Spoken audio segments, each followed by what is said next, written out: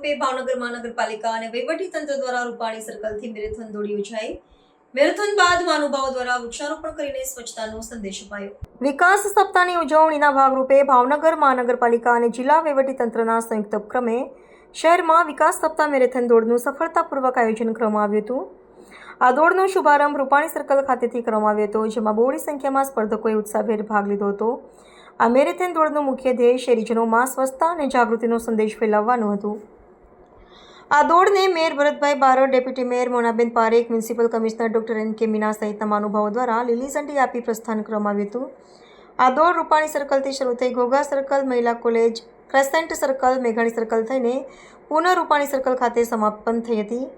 Mayor Bharatbhai બારડે આ પ્રસંગે ઉપસ્થિત તમામ સ્પર્ધકોને શુભેચ્છા પાઠવી હતી, સ્વચ્છતાનો સંદેશ આપ્યો હતો, જે વિકાસની પ્રક્રિયા સાથે જોડાયેલો છે।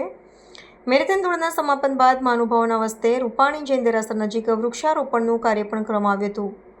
આ સમગ્ર કાર્યક્રમ મહાનગરપાલિકા અને જિલ્લા વહીવટીતંત્ર દ્વારા સરકારની વિકાસલક્ષી નીતિઓ પ્રત્યે લોકજાગૃતિ લાવવા માટેના વ્યાપક પ્રયાસોનો એક ભાગ હતો। મોટી સંખ્યામાં નાગરિકોની સહભાગિતાએ કાર્યક્રમને સફળતા અપાવી અને સ્થાનિક પ્રતિભાને પ્રોત્સાહન પૂરું પાડ્યું હતું।